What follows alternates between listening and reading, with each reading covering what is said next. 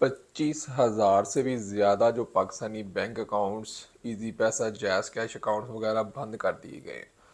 सिर्फ और सिर्फ 15% अकाउंट लोग ओपनिंग करवा सके। अकाउंट ओपनिंग करवाने में तकरीबन मेरे अंदाजे के मुताबिक 50% गलती आप लोगों की खुद होती है, जिसकी वजह से अकाउंट ओपन नहीं हो पाता। इस वीडियो के अंदर मैं आप लोगों को बताऊंगा कि जब भी आपने P2P पे ट्रांजैक्शन करनी है तो आपने किन बातों का ख़ास ख्याल रखना है। इसके अलावा अगर आप फ़ेस टू फेस डील करते हैं तब भी किस चीज़ का आपने ख़ास ख्याल रखना है, अदरवाइज़ फिर आपको FIA वाले उठा के ले जाएंगे। बिस्मिल्लाहिर्रहमानिर्रहीम, अस्सलाम वालेकुम दोस्तों। P2P पे जब भी आप लोग ट्रेड करते हैं, चाहे वो कोई भी एक्सचेंज हो, वहाँ पे जाके आपने सबसे पहले मर्चेंट को वेरीफाइड बैज लाजमी देखना होता है। उसके बाद आप लोगों ने उसको 99% से भी ज़्यादा हो फीडबैक उसका पॉजिटिव, उसके जो रिव्यूज़ हों, तो आपने उसको चूज़ करना है। इसके अलावा आपने 1-2 रुपए सस्ते के चक्कर पे नहीं पड़ना। देखना है कि उस बंदे ने 4-5 हज़ार ट्रांजैक्शन की हुई है। ये चीज़ देखने के बाद आपने जब उसको पेमेंट, आपने USDT डॉलर सेल किए हैं, जब वो बैंक से पेमेंट भेजेगा, फॉर एग्जांपल उसका नाम अली है, वो पेमेंट आपको मुबशर के अकाउंट से भेज रहा है, खुद वो अपनी टर्म्स एंड कंडीशन में लिख रहा है कि थर्ड पार्टी पेमेंट एक्सेप्ट नहीं की जाएगी। लोग यहीं पे यही गलती करते हैं। आपने उसको USDT बेचे अली को और पेमेंट मुबशर के अकाउंट से आपको आ रही है और आप बाद में USDT रिलीज़ कर देते हैं। उसका नुकसान ये होता है कि बाइनेंस वाले खुद कहते हैं कि थर्ड पार्टी जो पेमेंट है ना, वो एक्सेप्ट नहीं की जाती। आप उसको फीडबैक या चैट पे भी जाते हैं तो थर्ड पार्टी पेमेंट आ जाती है। आपने डील अली के साथ किया और पेमेंट आपको मुबशर के अकाउंट से आ रही है, तो वो चीज़ ना आपका बाइनेंस वाले भी सपोर्ट नहीं करते। तो आपने इस चीज़ का लाजमी ख्याल रखना कि जब आपने अगर अली से डील की है तो जब तक अली आपको पेमेंट अपने अकाउंट से नहीं भेजता, आपने अपने USDT जो है ना रिलीज़ नहीं करने। उसके साथ साथ आपने उससे इसका CNAC लाजमी लेना है, उसकी फ्रंट बैक की कापी, चाहे आप डॉलर सेल कर रहे हैं या आप बेच रहे हैं। अगर आप बेच रहे होंगे तो वो आपसे मांगेगा जब आप बैंक अकाउंट के से उसको ट्रांसफ़र करेंगे। तो अगर आप सेल कर रहे हैं USDT डॉलर, तो आपने उससे CNAC की कापी लाजमी लेनी है। उसके बाद आप लोगों ने इस ट्रांजैक्शन की रिकॉर्ड रखना है कि कोई भी आपने मोबाइल सेल किया या कोई भी चीज़ ऑनलाइन जो भी सर्विसेज आपने सेल की हैं, उसकी आपने इनवॉइस बना के रख लेनी है, ताकि कल को जब भी आपका अकाउंट के अंदर कोई इशू आता है तो आप उस बंदे का CNAC दे के और अपनी पेमेंट प्रूफ दे के अपना अकाउंट जल्दी से ओपन करवा सकते हैं।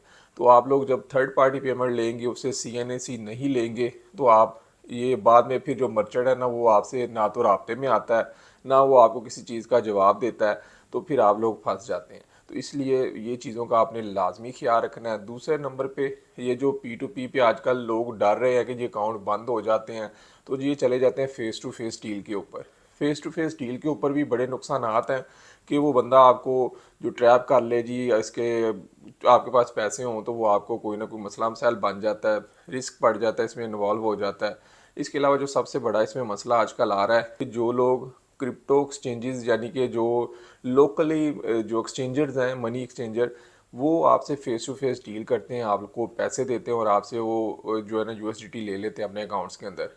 अगर वो मनी एक्सचेंजर वाले हैं तो ये मनी लॉन्ड्रिंग के ज़ुमरे में आ जाता है। अगर आप उनके साथ डील करते हैं, आपको पता भी नहीं होता, आप फ़ेस टू फेस डील करके उनको डॉलर दिए, उनसे पैसे लिए, जो मेरा काम ख़त्म हो गया। लेकिन वो लोग क्या करते हैं कि आपसे वो जो पैसे USDT लिए हैं, आपको तो पैसे दे दिए, वो पैसा बाहर भेज देते हैं इलीगल तरीके से, जो मनी लॉन्ड्रिंग में आ जाता है। इस तरह फिर FIA वाले आप लोगों को पकड़ते हैं। आगे जब उनको पकड़ा जाता है तो सारे रिकॉर्ड जब देखे जाते हैं, हिस्ट्री में हर चीज़ ट्रांजैक्शन तो आपकी शो हो रही होती हैं, तो वो फिर आप लोगों को पकड़ते हैं। वो आपका रिकॉर्ड मनी एक्सचेंजर वालों ने मैनेज किया होता है कि फ़लाँ बंदे से हमने इतने USDT इतने में लिए थे, उनके पास सारा रिकॉर्ड मौजूद होता है। जब वो रिकॉर्ड चेक किया जाता है तो फिर FIA वाले आपको पकड़ते हैं। इसके अलावा और भी बहुत ज़्यादा मेरे से सवाल पूछे जाते हैं कि मेरा ये अकाउंट बंद हो गया, तब मुझे FIA वाले उठा लेंगे। वो बैंक आप लोगों को प्रेशराइज़ करता है कि आप लोग क्रिप्टो के अंदर इन्वेस्टमेंट ना करें, क्योंकि ये अभी पाकिस्तान के अंदर इलीगल है। इस तरह की एक्टिविटी को प्रमोट ना किया जाए, तो इसलिए वो आप लोगों के जो है ना अकाउंट सस्पेंड कर देते हैं। बाकायदा बैंक के अंदर इस तरह के डिपार्टमेंट्स बना दिए गए हैं, जो भी बंदा P2P पे डील करता है उन अकाउंट्स की लिस्ट उनके पास है, वो जहाँ जहाँ पैसे जाते हैं वो सारे के सारे अकाउंट बंद हो जाते हैं। ताकि आपने अपने अकाउंट से किसी अपने दूसरे अकाउंट में ट्रांसफ़र किए हैं तो वो आपके वो दोनों अकाउंट ही बंद हो जाते हैं और ये ओपन नहीं होते। इसको ओपन करवाने के लिए आपने सबसे पहले तो बैंकिंग कोड के अंदर जाना है और बैंक के जो है ना अपने अमाउंट को रिलीज़ कराने के लिए वहाँ पे सारे पैसे कि ये पैसे यहाँ से आए, ये प्रूफ है, इस बंदे ने सेंड किया।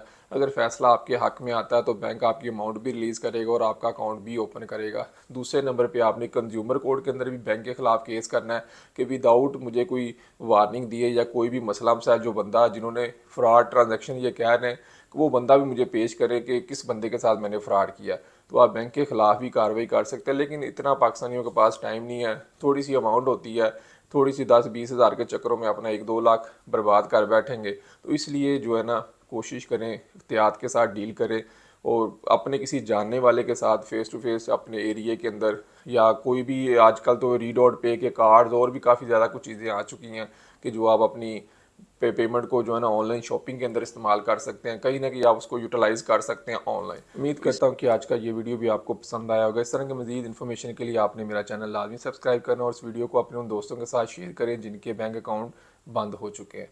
मिलते रहेंगे अच्छी अच्छी वीडियोज़ के साथ, तब तक के लिए इजाज़त दें। अल्लाह हाफिज़।